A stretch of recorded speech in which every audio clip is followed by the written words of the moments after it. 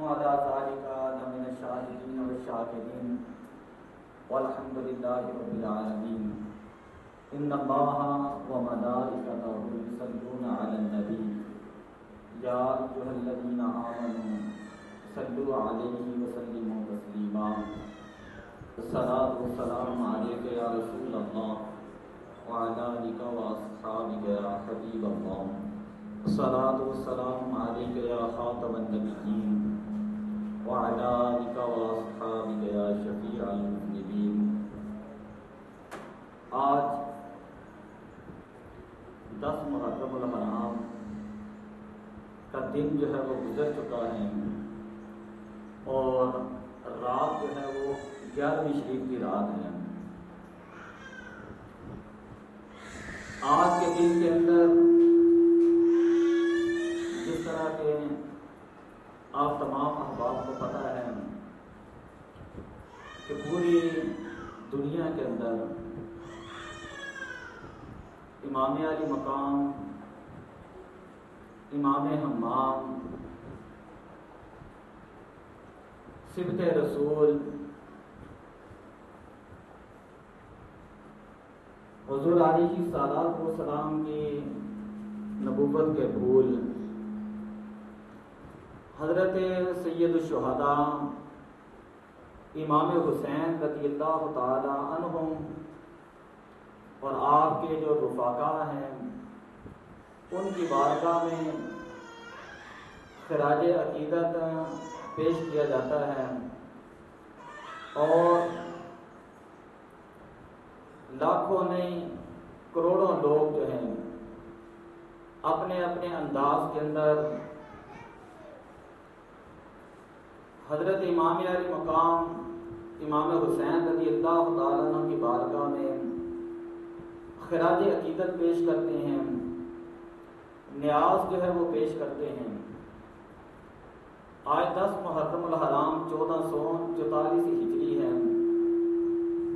تو اس حوالے سے ہم نے پہلی مرتبہ مردوں کی انتہائی مختصر با مقصد جو ہے محفل پاک کا اہتمام کیا. اور سب سے پہلے شکریہ ہے قبلہ قاری صاحب کا کہ وہ تشریف لائیں. قاری محمد امین رضوی صاحب ہیں، قاری علی حمزہ جماعتی صاحب ہیں، قاری ریاست علی صاحب اور حافظ محمد شہراز احمد صاحب اور باقی احباب جو ہے وہ اس روحانی محفل کے اندر بیٹھے ہیں. یقین کریں کوئی مقصد نہیں، صرف یہی مقصد تھا کہ چند لمحوں کے لیے، یہ بھی نہیں کہ بہت زیادہ وقت ہو، چند لمحوں کے لیے ہم بیٹھیں اور جہاں پر لوگ اپنے اپنے انداز کے اندر شہدائے کربلا کی بارگاہ میں خراج عقیدت پیش کرتے ہیں، تو ہم بھی صرف آپ کی بارگاہ میں خراج عقیدت پیش کریں اور بیمار کربلا سید الساجدین حضرت امام زین العابدین رضی اللہ تعالی عنہم کے صدقے سے اللہ کی بارگاہ میں دعا کریں کہ اللہ تعالی ہم سب کی ہر طرح کی پریشانیوں کو دور فرمائے. یقیناً ہمارے دل کے اندر بھی کئی مرادیں ہیں، ہر ایک بندے کی اپنی ایک حاجت اللہ کی بارگاہ میں ہوتی ہے. تو میں وقت ضائع کرنے کے بغیر صرف اس شعر سے اپنی گفتگو جو ہے وہ ختم کر کے تلاوت کے لیے دعوت دیتا ہوں. قتل حسین اصل میں مرگ یزید ہے، قتل حسین اصل میں مرگ یزید ہے، اسلام زندہ ہوتا ہے ہر کربلا کے بعد. بیاں کر سر شہادت کی تفسیر ہو جائیں، ہر مسلمان کا قبلہ روزہ شبیر ہو جائے. تو تلاوت کلام پاک کے لیے میں سب سے پہلے قاری ریاست صاحب جو ہیں ان کو دعوت دیتا ہوں، پھر اس کے بعد دوسرے جو ہمارے مہمان ہیں ان کو دعوت دیتا ہوں. تو انتہائی یہ مختصر محفل پاک ہوگی، پورے ذوق کے ساتھ یہاں پر تشریف رکھیں. نعرہ تکبیر، نعرہ رسالت، عظمت و شان مصطفیٰ،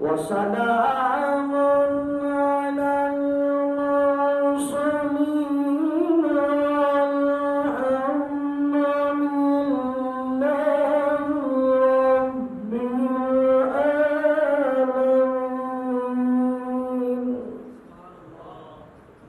وسلام على المرسلين والحمد لله رب العالمين. سبحان ربك رب العزة عما يصفون.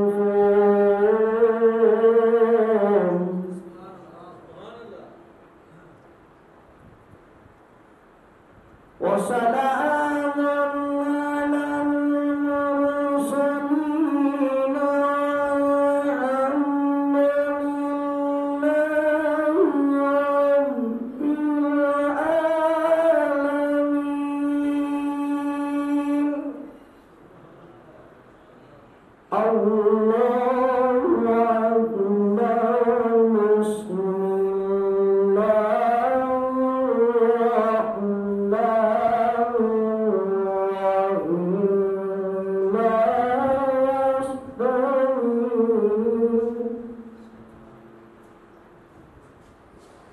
لا يستوي أصحاب النار وأصحاب الجنة. أصحاب الجنة هم الفائزون.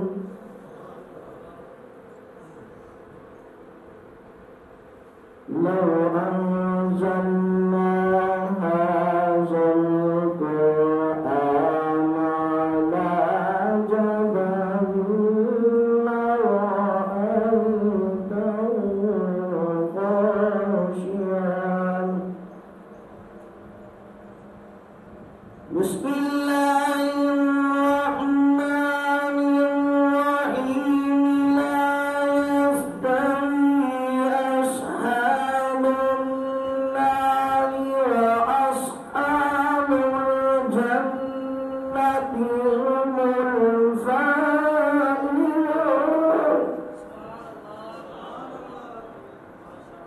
لو أنزلنا هذا القرآن على جبل لرأيته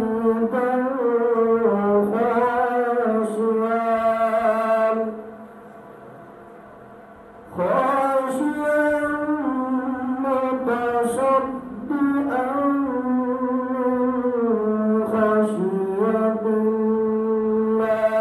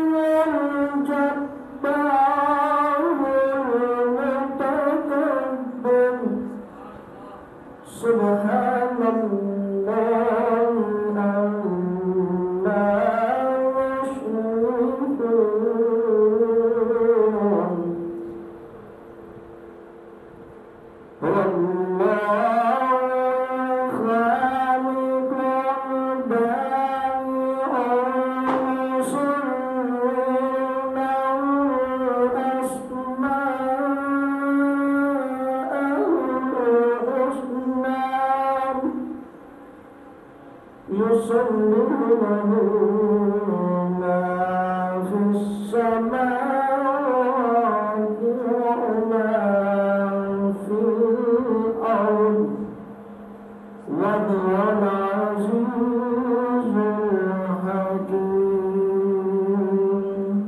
آمنت بالله صدق الله العظيم. ہر شخص جو ہے وہ پریشان ہے. کوئی اولاد کی وجہ سے پریشان، کوئی مال کی وجہ سے پریشان، کوئی کسی وجہ سے پریشان ہے. کوئی گھر ایسا نہیں ہے، کوئی محلہ ایسا نہیں ہے، کوئی شہر ایسا نہیں ہے جہاں پر آپ کو ایسا بندہ نہ ملے کہ جو پریشان نہ ہو. اللہ کے قرآن سے پوچھتے ہیں پریشانی کا حل کیا ہے. قرآن بتاتا ہے الا بذکر اللہ تطمئن القلوب، کہ اللہ کے ذکر سے دلوں کو اطمینان ملتا ہے. میں 1-2 منٹ کے اندر بات کرتا ہوں، توجہ سے سماعت فرمائیں. یہ قرآن وہ ہے جب قرآن سے پوچھا جائے اے قرآن تجھے بھیجنے والا کون ہے، قرآن کہتا ہے تنزیل من رب العالمین. جب قرآن سے پوچھا جائے تجھے لانے والا کون ہے، قرآن کہتا ہے نازل بہ الروح الامین. اے قرآن تو کس پہ نازل ہوا، قرآن کہتا ہے نزل علی محمد. قرآن سے پوچھا جائے اے قرآن کس مہینے میں نازل ہوا، قرآن کہتا ہے شہر رمضان الذی انزل فیہ القرآن. جب قرآن سے پوچھا جائے کس رات کو نازل ہوا، قرآن کہتا ہے انا انزلناہ فی لیلۃ القدر. قرآن سے پوچھا جائے اے قرآن تو کس لیے نازل ہوا، قرآن یہ کہتا ہے وَنُنَزِّلُ مِنَ الْقُرْآنِ مَا هُوَ شِفَاءٌ وَرَحْمَةٌ لِّلْمُؤْمِنِينَ. یہ قرآن رحمت کے لیے نازل ہوا، شفا کے لیے نازل ہوا. اور اس قرآن سے پوچھتے ہیں قرآن بتا تو صحیح کہ تجھ سے شفاعت کسی کو ملی بھی ہے کہ نہیں ملی. قرآن پڑھ کر دیکھ لیں. اللہ تعالیٰ نے فرمایا وَالَّذِينَ مَعَهُمْ أَشِدَّاءُ عَلَى الْكُفَّارِ رُحَمَاءُ بَيْنَهُمْ تَرَاهُمْ رُكَّعًا سُجَّدًا. کہ جو قرآن پڑھنے والے تھے وہ ابو بکر صدیق سے پوچھ لو، جب قرآن نہیں پڑھا تھا وہ ابو بکر تھے، قرآن پڑھا وہ صدیق اکبر بن گئے. قرآن نہیں پڑھا عمر تھے، قرآن کی تلاوت کو سنتے ہیں عمر فاروق بن جاتے ہیں. قرآن نہیں پڑھا تھا تو عثمان تھے، قرآن کا فیض ملتا ہے عثمان غنی بن جاتے ہیں. قرآن نہیں پڑھا تھا تو علی المرتضیٰ تھے، جب فیض مل جاتا ہے حیدر کردار بن جاتے ہیں. شاہ مردہ شیر یزدہ قوت پروردگار لا فتح الا علی لا سیف الا ذوالفقار. جب قرآن نہیں پڑھا تھا تو عرب والوں کو کسی چیز کی خبر ہی نہ تھی. جب قرآن وہی لوگ جو ان پڑھ تھے جو جاہل تھے وہ دنیا کی امامت کرنے لگے، خود نہ تھے جو راہ پر اوروں کے ہاتھی بن گئے، خود نہ تھے جو راہ پر وہ اوروں کے ہاتھی بن گئے. وہ کیا نظر تھی جس نے مردوں کو مسیحا کر دیا. زندہ ہوتے ہیں جو مرتے ہیں تیرے نام پر، زندہ ہوتے ہیں جو مرتے ہیں تیرے نام پر. اللہ اللہ کس نے مردوں کو مسیحا کر دیا. قرآن جو ہے یہ لاریب کتاب ہے، یہ قرآن اللہ کا کلام ہے. اور جب یہ قرآن پڑھا جاتا ہے تو یہ قرآن لوگوں کو شفا دیتا ہے. آج جو نیند کی گولیاں کھا کر سونے والے لوگ ہیں جن کو سکون نہیں آتا، وہ معیشت کی وجہ سے پریشان ہے، وہ کسی وجہ سے پریشان ہے، ہم انہیں دعوت فکر دیتے ہیں آؤ مصطفیٰ کی تعلیمات پر عمل کر لو اور سونے سے پہلے سورہ ملک کی تلاوت کر کے سویا کرو، اللہ تمہیں سکون عطا فرمائے گا. مغرب کے بعد جو ہے سورہ واقعہ کی تلاوت کیا کرو، اللہ تمہیں مال و دولت کے خزانے عطا فرمائے گا. کہ یہ قرآن وہ ہے اگر مردوں کے اوپر پڑھا جاتا ہے اللہ قبروں کے اندر اپنی رحمتیں نازل کر دیتا ہے. میرے آقا صلی اللہ علیہ وسلم نے فرمایا جو بندہ قبرستان سے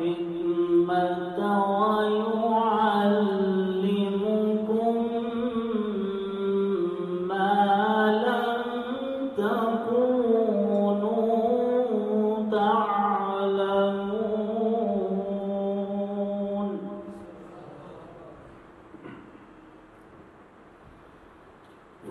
فاذكروني أذكركم واشكروا لي ولا تكفرون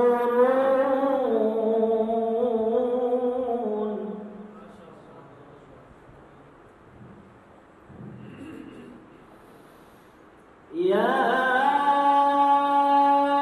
أيها الذين آمنوا استعينوا بالصبر والصلاة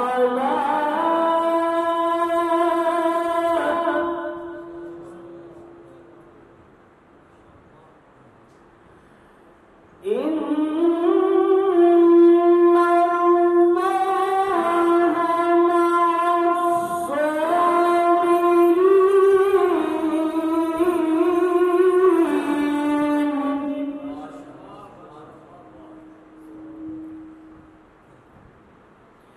إن الله مع الصابرين.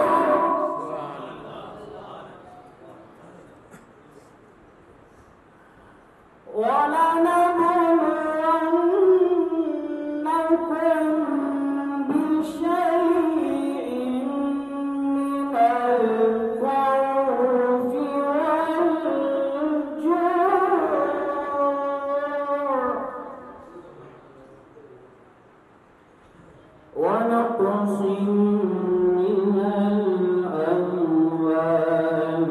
والأنفس والثمرات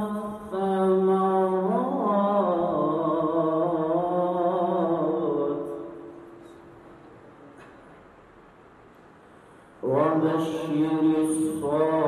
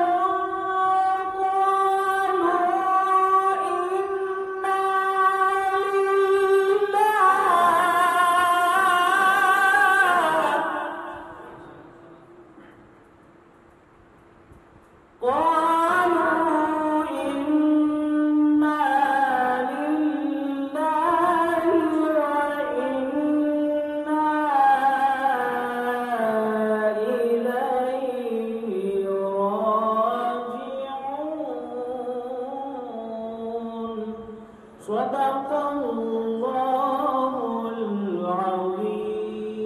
بڑے ہی خوبصورت انداز کے اندر قرآن کریم کی تلاوت سے ہمارے دلوں کو منور فرما رہے تھے جناب حافظ محمد شیراز احمد صاحب. آپ نے تلاوت کی یا ایھا الذین آمنوا استعینوا بالصبر والصلاۃ. اے ایمان والوں، صبر سے اور نماز سے مدد طلب کرو. جس وقت ہم نے یہ قرآن پاک کی آیت کریمہ پڑھی تو ہمیں بالکل بھی اس کی سمجھ نہیں آتی کہ ہم صبر سے کیسے مدد طلب کریں گے، یہ نماز سے کیسے مدد طلب کریں گے. جب دورہ حدیث شریف کے اندر گئے تو استادوں نے یہ حدیث پاک پڑھائی کہ حضور علیہ السلام نے ارشاد فرمایا اتنی تارک فیکم الثقلین، بے شک میں تمہارے اندر دو چیزیں چھوڑ کر جا رہا ہوں. پہلی ان میں سے قرآن ہے، دوسری ان میں سے اہل بیت ہے. اب سوال یہ پیدا ہوتا ہے کہ حضور علیہ السلام نے جب یہ فرما دیا کہ میں تمہارے اندر قرآن چھوڑ کر جا رہا ہوں، بات تو وہاں پر بھی مکمل ہو جاتی تھی، کیونکہ اللہ تعالیٰ نے قرآن کے اندر ارشاد فرمایا وَنَزَّلْنَا عَلَيْكَ الْكِتَابَ تِبْيَانًا لِكُلِّ شَيْءٍ، کہ ہم نے آپ کے اوپر جو قرآن نازل کیا ہے نا، یہ قرآن ہر چیز کا بیان ہے. جب قرآن کے اندر اللہ نے ہر چیز کو بیان کر دیا ہے تو پھر اس کے بعد جو ہے یہ فرمایا کہ میں تمہارے اندر اپنی اہل بیت چھوڑ کر جا رہا ہوں. اس کا کیا مطلب ہے؟ جب ہر چیز کا ذکر قرآن کے اندر ہے تو پھر اہل بیت کا ذکر کیوں کیا؟ اس کو اختصاص کے ساتھ الگ طور پہ کیوں ذکر کیا؟ تو علماء یہ کہتے ہیں یہ قرآن جو ہے یہ ایک تھیوری ہے اور اہل بیت پاک جو ہیں یہ ایک پریکٹیکل ہے. قرآن ایک متن ہے اور اہل بیت پاک اس کی تفسیر ہے. قرآن پاک کے اندر اللہ تعالیٰ نے ارشاد فرمایا فاسألوا اہل الذکر ان کنتم لا تعلمون کہ تم اہل ذکر سے پوچھا کرو اگر تمہیں کسی چیز کا پتہ نہ چلے. تو ذکر سے مراد قرآن کے اندر ہے انا نحن نزلنا الذکر وانا له لحافظون کہ بے شک ہم نے آپ کی طرف ذکر کو یعنی قرآن کو نازل کیا, ہم ہی قرآن کی حفاظت کرنے والے ہیں. ذکر سے مراد جو ہے وہ قرآن ہے, اور ذکر والے سے کیا مراد ہے اس کا جواب حضور علیہ السلام کے حدیث سے ملتا ہے. میرے آقا صلی اللہ علیہ وسلم نے ارشاد فرمایا اس لیے کہ قرآن کے اندر موجود ہے انہ لقول رسول کریم, یہ قرآن رسول پاک کا قول ہے اور حضور علیہ السلام کی باتوں کا نام ہے. تو اب قرآن پاک کے اندر یہ چیز موجود ہے کہ ذکر والے سے مراد کو حضور علیہ السلام کی ذات ہے کہ اگر تمہیں کسی چیز کے بارے میں پتہ نہ ہو تو مصطفیٰ سے پوچھا کرو. اور حضور علیہ السلام نے ارشاد فرمایا علی منی وانا منہ, علی مجھ سے ہے اور میں علی سے ہوں. حسین منی وانا منہ, حسین مجھ سے ہے میں حسین سے ہوں. الحسن منی وانا منہ, حسن مجھ سے ہے میں حسن سے ہوں. اور فرمایا الفاطمہ بدعۃ منی, فاطمہ میرے جگر کا ٹکڑا ہے. تو گویا پتہ چل گیا کہ جس کو قرآن سمجھ نہ آئے وہ اہل بیت کے در پر آ جائیں, اسے پتہ چل جائے گا قرآن کی تفسیر کیسے ہوتی ہے. اگر کسی کو پھر بھی سمجھ نہ آئے تو کبھی دلیل بنتی ہے اتنی, کبھی دلیل بنتی ہے فطری کے طور پر. کبھی انسان باپ کو دیکھ کر کہتا ہے یار جس کا باپ اتنا نیک ہے اس کی اولاد کا عالم کیا ہوگا. کبھی اولاد کو دیکھ کر کہتا ہے یار جس کی اولاد اتنی نیک ہے اس کے اباء و اجداد کا عالم کیا ہوگا.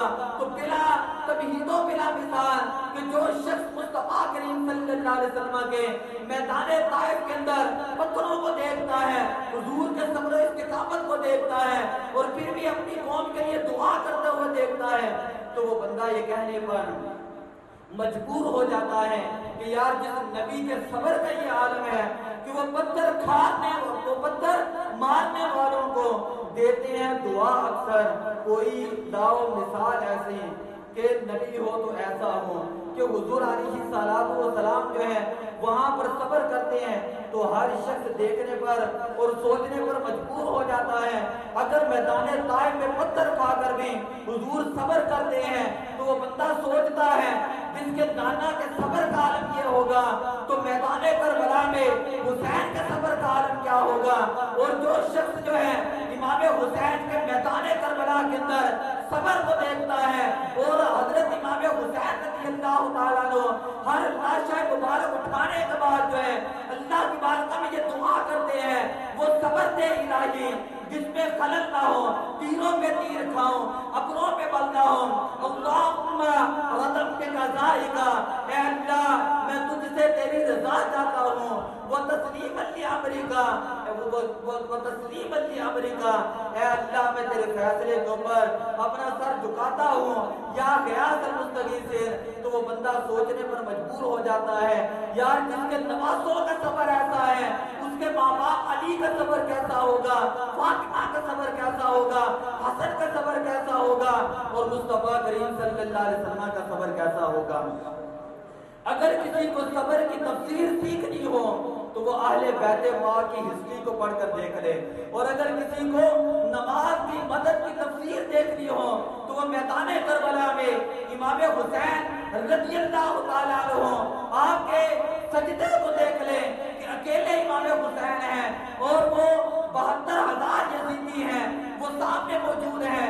حضرت امام حسین رضی اللہ تعالیٰ عنہ آپ کے ہاتھ میں علی المرتضیٰ کی تلوار تھی, آپ کے جو ہے وہ سر مبارک کے اوپر وہ نبی پاک صلی اللہ علیہ وسلم کا امامہ تھا. اس شان کے اندر کربلا کے اندر اترتے ہیں کہ یزیدی کبھی اس طرف بھاگتے ہیں کبھی اس طرف بھاگتے ہیں.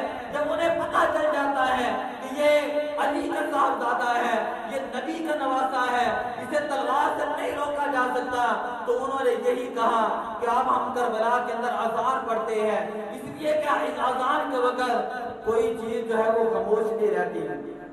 اذان کے وقت خانہ کعبہ شریف کا طواف جب وہ بھی رک جاتا ہے, ان یزیدیوں نے جب اذان پڑھی، امام حسین رضی اللہ تعالیٰ عنہ آپ کی تلوار مبارک خاموش ہوتی ہے، پھر اس کے بعد جو وہ حملہ کرتے ہیں، امام حسین رضی اللہ تعالیٰ عنہ سجدے کے اندر جاتے ہیں اور اللہ کی بارگاہ میں جو غیاث المستغیث ہے سبحان ربی الاعلیٰ فرماتے ہیں، تو حضرت امام حسین کے سجدے کو دیکھ لو۔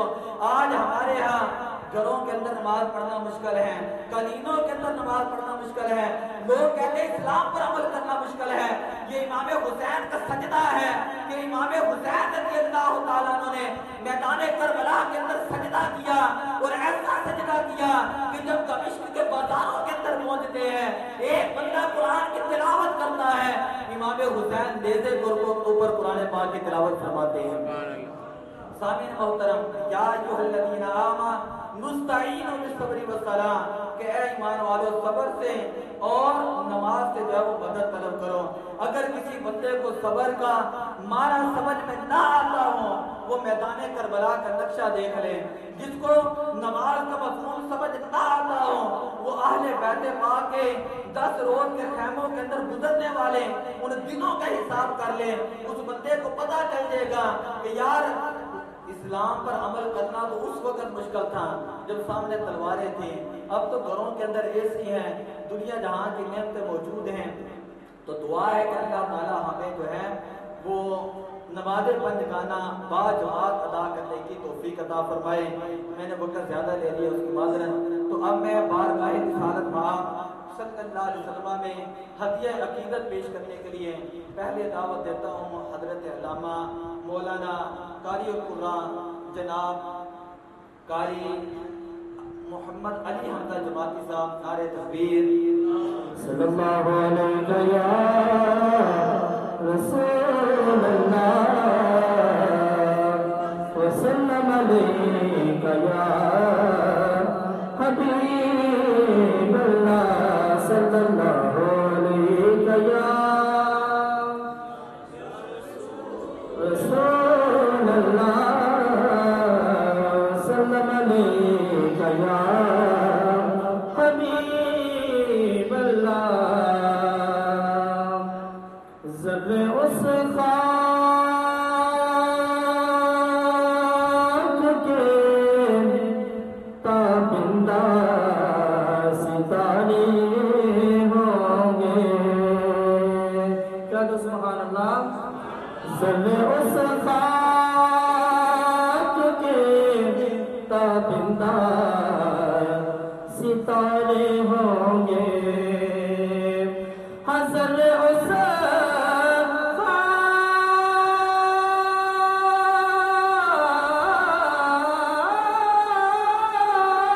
کے تابندہ ستارے ہوں گے۔ اور علامہ صاحب جس جگہ آپ نے نالین اتارے ہوں گے، کیا سبحان اللہ، جس جگہ آپ نے نالین اتارے ہوں گے، اور لوگ تو حسن عمل لے کے چلے روز حساب، سربراہ ہم تو فقط تیرے سہارے ہوں گے۔ آئیے درود شریف کا نذرانہ پیش کرنا ہے، کوئی لب خاموش نہ رہے۔ اللہم صلی علی سیدنا و مولانا محمد، اللہم صلی علی سیدنا و مولانا بن اللہم صلی علی سیدنا و مولانا محمد وعلی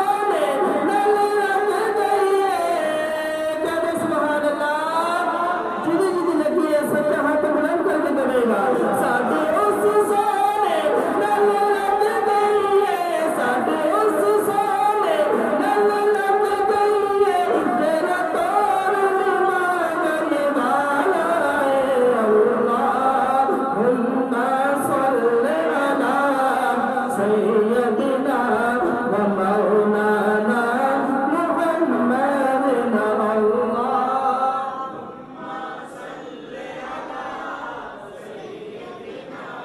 ومولانا محمد تو سفر میں تو کیا میرا سایہ نہ جائے گا۔ الحمدللہ یہ ہم سب کا ایمان ہے، بالکل جب خاموش نہ رہے تو سفر میں تو کیا میرا سایہ نہ جائے گا، کیونکہ رسول پاک سے دیکھا نہ جائے گا۔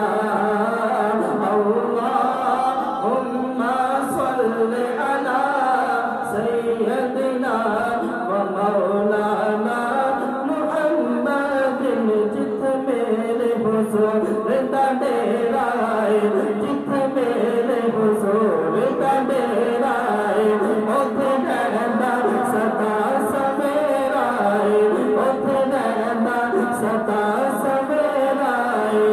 ہن آخر تک کوئی لب خاموش نہ رہے، وچ قبر تے آقا آکھن گے، وچ قبر تے آقا آکھن گے، اینو چھڈ دے تے میرا ہے۔ اللہم صلی علی سیدنا و مولانا محمد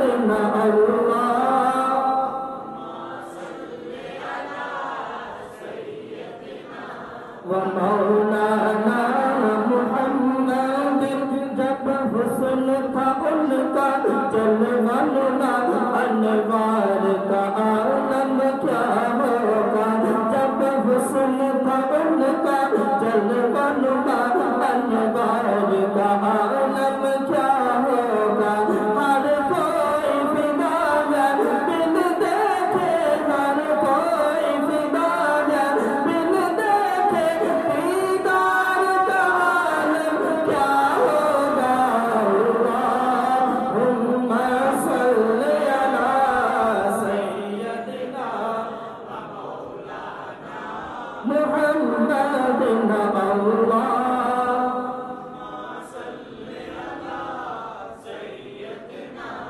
ومولانا محمد، دل یاد نہیں بنائے، تعریف نہیں زبان، سبحان اللہ، دل یاد نہیں بنائے، تعریف نہیں زبان، اکھیاں بنایا سونے دے دیدار واسطے۔ اللہم صلی علی سیدنا و مولانا محمد، اج اس محفل چ اللہ دے دلدار دی خوشبو آدی ہے، اج اس محفل چ اللہ دے دلدار دی خوشبو آدی ہے۔ سرکار نے آنا اے تایو، سرکار دی خوشبو آدی ہے۔ اللہم صلی علی سیدنا و مولانا محمد، محمد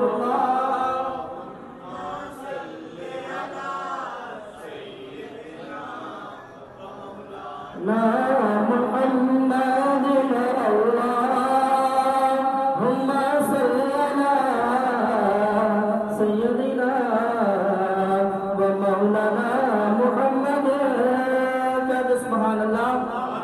آئیے چند اشعار مولانا حسین پاک کو سلام عقیدت پیش کر لیں، آخر بات کوئی لفظ خاموش نہ رہے۔ کربلا دے شاہ سوارا، تیری عظمت نو سلام، کربلا دے شاہ سوارا، تیری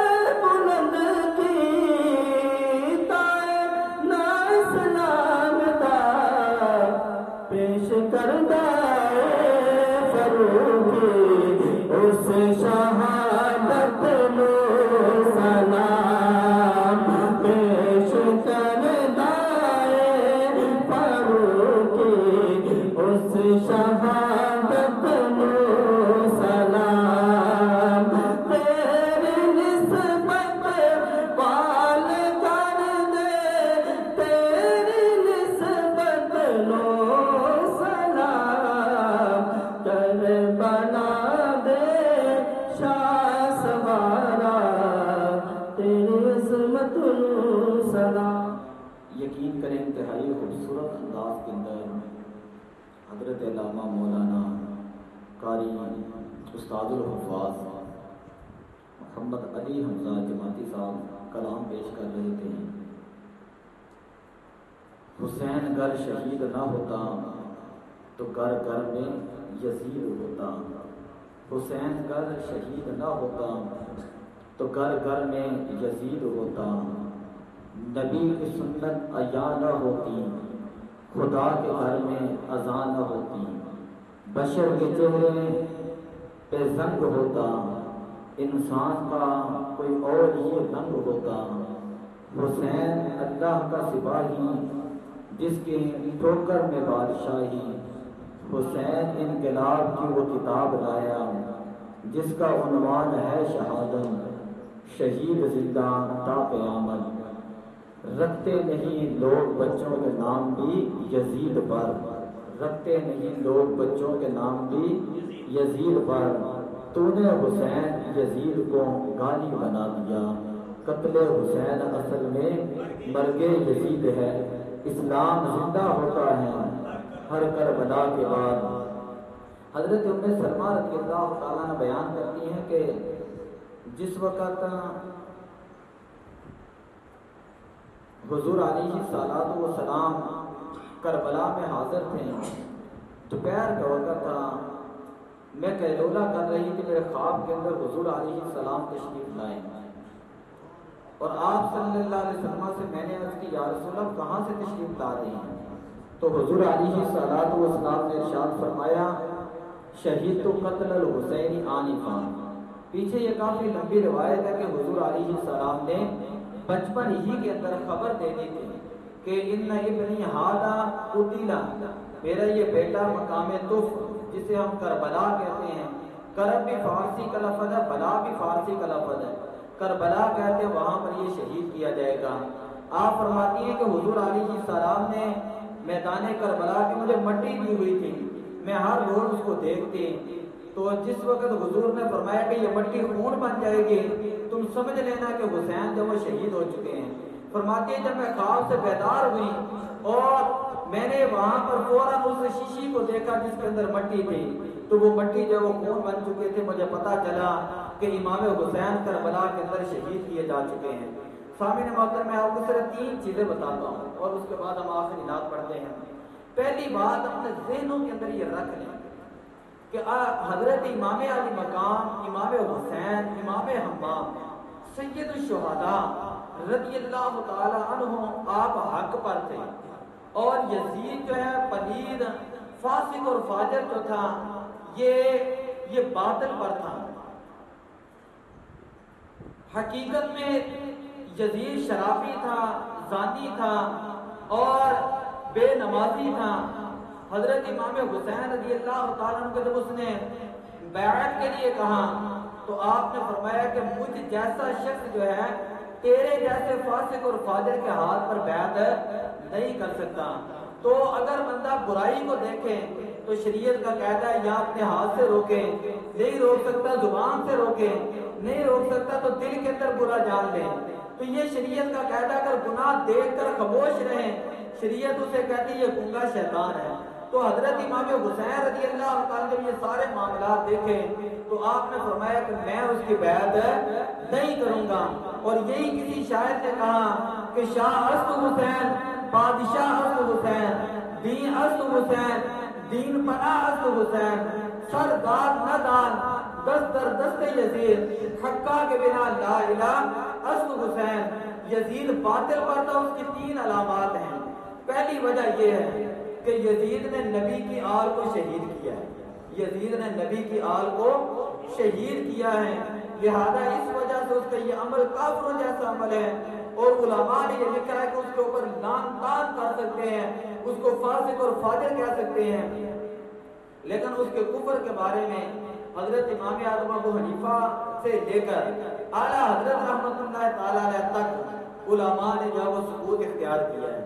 دوسری بات کہ یزید نے اس کا سیاہ ترین کارنامہ یہ تھا کہ اس نے مسجد نبی شریف جو اس کے اوپر حملہ کروایا، اور 3 دن یہ جو ریاض الجنہ ہے 3 دن یہاں پر گھوڑے باندھے گئے، اور حضور علیہ السلام کے ممبر و محراب کے ساتھ وہ گھوڑے پیشاب کرتے رہے، دیر کرتے رہے۔ حضور علیہ السلام کے ممبر مبارک کے تقدس کو پامال کیا گیا، اور اس نے 12,000 یزیدیوں میں یہ حکم دیا تھا کہ 3 دن تک مدینہ تمہارے لیے حلال ہے۔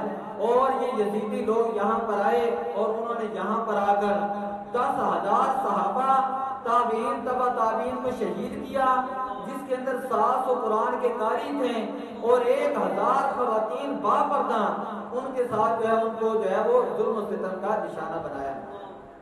یہ اس کا سیاہ ترین کارنامہ تھا۔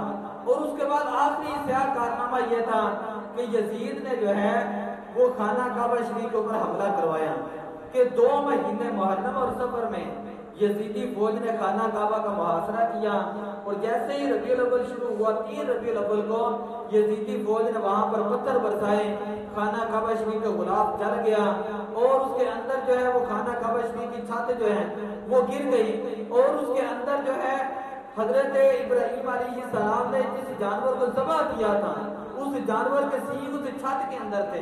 علماء کہتے ہیں اس واقعے میں وہ جو ہے سینگ وہ بھی جل گئے۔ تو یہ 3 سیاہ ترین کارنامے ہیں، ایک نبی کی آل کو شہید کرنا، دوسرا حرم نبی یعنی حضور علیہ السلام کے شہر مبارک اس کے تقدس کو پامال کرنا، اور تیسرا خانہ کعبہ شریف بیت اللہ شریف کا تقدس پامال کرنا۔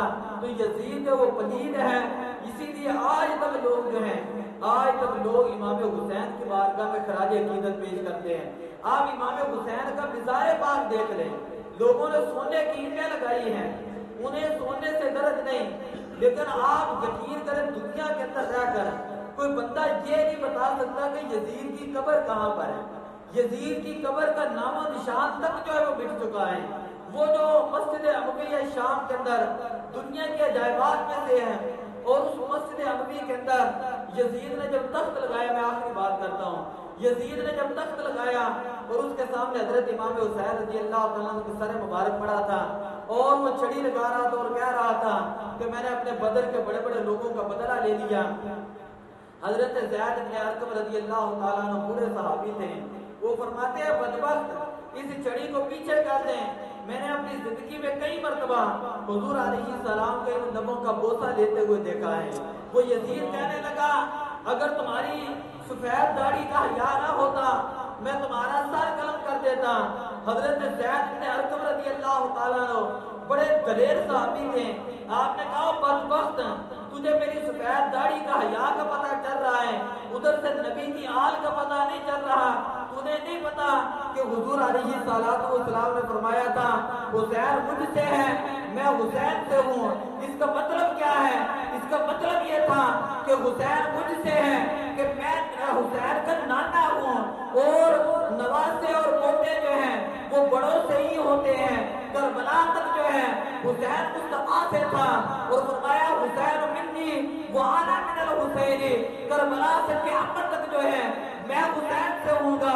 اس کا مطلب یہ ہوگا کہ حسین شریعت کی پرکار کا مرکز بن جائے گا، اور شریعت کی پرکار کا مرکز جو ہے حضرت امام حسین قرار دیں گے۔ قیامت تک لوگ آئیں گے حضرت امام حسین کو سلام پیش کریں گے، اور وہ یہ کہیں کہ یہ وہ حسین ہیں جنہوں نے اپنی جان دی ہے، لیکن جو یزید کے ہاتھ میں بیعت نہیں کی۔ اگر امام حسین بیعت کر لیتے تو کوئی بندہ کہہ سکتا تھا کہ نماز کی کوئی اہمیت نہیں۔ دیکھو حضرت امام حسین نبی کے نواسے تھے، نماز نہیں پڑھی۔ دیکھو نبی کے نواسے تھے، انہوں نے وہاں پر رخصت پہ پہلو پر عمل کیا، روزے کی کوئی ضرورت نہیں، زکوٰۃ کی کوئی ضرورت نہیں، حج کی کوئی ضرورت نہیں۔ ہر شریعت کے اندر بندہ اٹھ کر وہ امام حسین کو دلیل بنا سکتا تھا۔ تو امام حسین رضی اللہ تعالیٰ 9 محرم کا خطبہ یہ تھا، آپ نے فرمایا وَأَنَا أَحَقُّ مَنْ غَيَّرَ لَكُمْ کیا أُسْوَةٌ حَسَنَةٌ، لوگوں تم یاد رکھ لینا میں نبی کا نواسا ہوں، اور قیامت تک جو ہے میری زندگی تمہارے لیے اسوہ حسنہ بنتی چلی جائے گی۔ گویا کربلا تک جو ہے وہ حسین اور منی کی تفسیر تھے کہ حسین مصطفیٰ سے ہیں، حسین مصطفیٰ کے جو ہے نواسے ہیں، لیکن کربلا سے قیامت تک جو ہے حضور علیہ السلام کے دین کی تفسیر جو ہے وہ حضرت امام حسین بن چکے ہیں، استعارہ اور علامت بن چکے ہیں۔ دعا اللہ عمل کی توفیق عطا فرمائے۔ آخری چھوٹی سی نعت پڑھتے ہیں اور اس کے بعد ہم سلام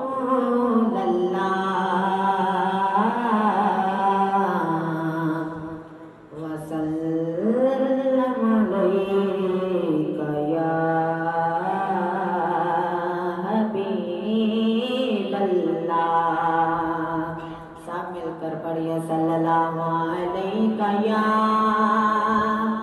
یا رسول اللہ وسلم علیک یا حبیب اللہ۔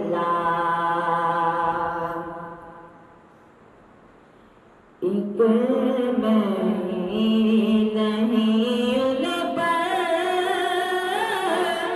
قربان زمانہ ہے، ایک نہیں ان پر قربان زمانہ ہے، جو رب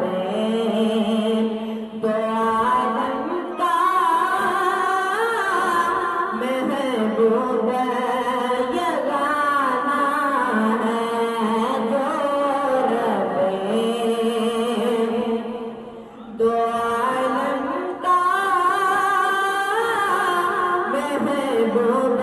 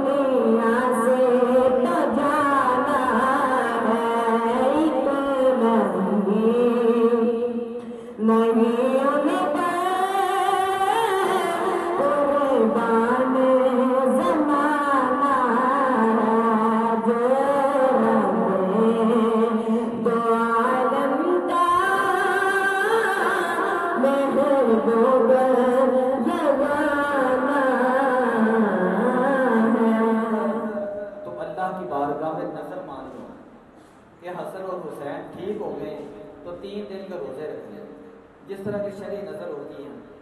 حضرت فاطمہ رضی اللہ تعالیٰ نظر مانی اور 2 دن کے بعد جو ہے شہزادے ٹھیک ہو گئے، تو حضرت علی اور مرتضیٰ رضی اللہ تعالیٰ یہودی کے پاس گئے اور وہاں سے 3 صاع لے کر آئے جو کے۔ اب تمام گھر والے جو تھے ان میں 5 افراد تھے، ایک حضرت علی اور مرتضیٰ، ایک حضرت فاطمہ الزہرا، ایک حضرت امام حسن، ایک حضرت امام حسین، اور ایک ان کی خاتمہ تھی جن کا نام تھا فضا۔ انہوں نے روزہ رکھ دیا۔ جب انہوں نے روزہ رکھا تو پہلے دن افطار کا وقت آیا تو ایک مسکین جو ہے گھر کے دروازے پر آ کر کہتا اللہ کے نام پہ کچھ دو، تو اہل بیت سارا کھانا اٹھا کر اسے پیش کر دیتے ہیں اور پانی کے ساتھ افطار کر لیتے ہیں۔ دوسرے دن جب افطار کا وقت آیا تو پھر ایک یتیم جو ہے وہ آ کر کہتا ہے اللہ کے نام پہ کچھ دو، اہل بیت سارا کھانا اٹھا کر اس کو پیش کر دیتے ہیں۔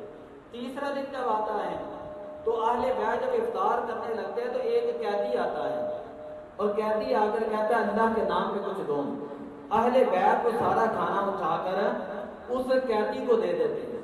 اللہ تعالیٰ ان کے اس عمل کی وجہ سے سورۃ طٰہر اللہ نے نازل کی اور فرمایا وَيُطْعِمُونَ الطَّعَامَ عَلَىٰ حُبِّهِ مِسْكِينًا وَيَتِيمًا وَأَسِيرًا، یہ اللہ کی محبت پر جو ہے وہ کھانا کھلاتے ہیں۔ جب اہل بیت سے پوچھا جائے کہ کھانا تمہیں خود ضرورت تھی اس کے باوجود تم نے آگے کیوں دے دیا، تو اہل بیت نے جو جواب دیا ہے اس کو اللہ نے قرآن بنایا انما نطعمکم لوجہ اللہ لا نرید منکم جزاء ولا شکورا، کہ ہم نے کھانا کھلایا اللہ کی رضا کے لیے، ہم نے کھانا کھلایا اللہ کی رضا کے لیے، لا نرید منکم جزاء ولا شکورا، دنیا والوں سے ہمیں کسی شکر کی اور کسی صلہ کی اور جزا کی ہمیں جو ہے وہ امید نہیں رکھتے ہم رکھتے ہیں۔ اور پھر اللہ تعالیٰ نے قرآن نازل کر کے فرمایا وَجَزَاهُمْ بِمَا صَبَرُوا جَنَّةً وَحَرِيرًا، کہ اہل بیت نے یہی بات ہے جو پوائنٹ والی ہے کہ اہل بیت نے 3 دن جو روٹیاں صدقہ کی ہیں اللہ تعالیٰ نے اس کے بدلے میں ان کو جزا یہ دی ہے، اللہ تعالیٰ ان کو جنت عطا فرمائے گا، اللہ جنت عطا فرمائے گا۔ الحسن والحسین سیدہ شباب اہل الجنہ، حسن اور حسین جنت کے نوجوانوں کے سردار ہیں اور حضرت فاطمہ الزہرا جنت کی عورتوں کی سردار ہیں اور علی المرتضیٰ یہ سارے ولیوں کے سردار ہیں۔ ولایت کا دروازہ آپ سے کھلتا ہے اور آپ ہی کے اوپر جا کر بند ہو جاتا ہے۔ تو کہنے کا مطلب یہ کہ اہل بیت اگر 3 دن روٹیاں صدقہ کریں اللہ جنت عطا کرتا ہے، تو میدان کربلا میں 3 نہیں 10 دن جو ہے وہ اس کی بھوک بھی تھی، پیاس بھی تھی، اور پھر 1 نہیں 72 نفوس قدسی اللہ کی بارگاہ میں پیش کیے۔ اور جس طرح میں نے پہلے کہا ہر لاشہ مبارک کے بعد یہ فرمایا وہ صبر دے الہی جس میں خلل نہ ہو، تیروں پہ تیر کھاؤ، ابروں پہ بل نہ ہو۔ تو کربلا کا واقعہ ہمیں یہ سبق دیتا ہے کہ ہم مشکل حالات کے اندر وہ صبر کریں، اور یہ سبق دیتا ہے کہ دنیا کا کوئی بھی ظالم آدمی ہو، دنیا کا کوئی بھی طاقتور ترین آدمی ہو، اس کے آگے جو ہے وہ جھکنا نہیں ہے۔ اس لیے کہ حضور علیہ السلام نے فرمایا من مشى مع ظالم ليكفيه خرج من الاسلام، جو بندہ ظالم کے ساتھ جو ہے 2 قدم چلتا ہے، 2 قدم ظالم کی حمایت میں چلتا ہے، اس لیے چلتا ہے کہ وہ ظالم کو مضبوط کرے۔ میرے آقا صلی اللہ علیہ وسلم نے فرمایا وہ بندہ اسلام سے نکل جاتا ہے۔ تو دعا ہے کہ اللہ تعالیٰ عمل کی توفیق عطا فرمائے۔ تو ختم شریف ہو چکا ہے، تلاوت بھی ہوگی، نعت شریف بھی ہو گئی، اس کے بعد جو تبرک شریف ہوگا سلام کے لیے 2 شعر پڑھنے کے لیے قاری صاحب تشریف لاتے ہیں۔ مصطفیٰ جن کے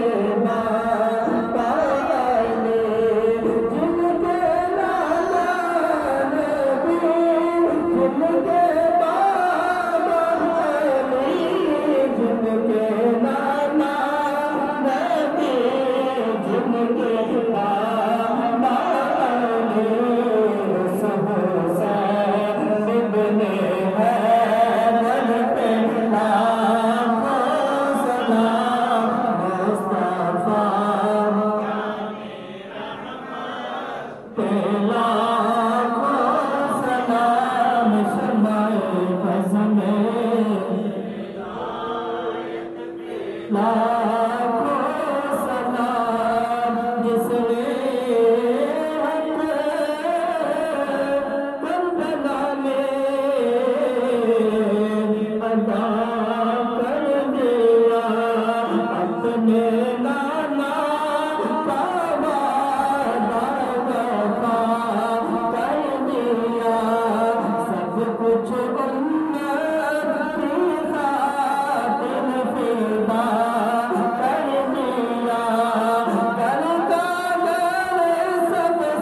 کر دیا اس حسین ابن گھر پہ لاکھوں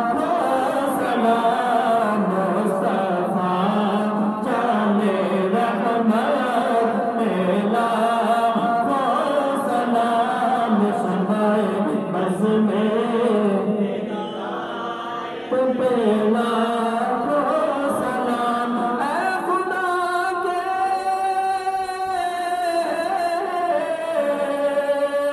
لاڈلے پیارے رسول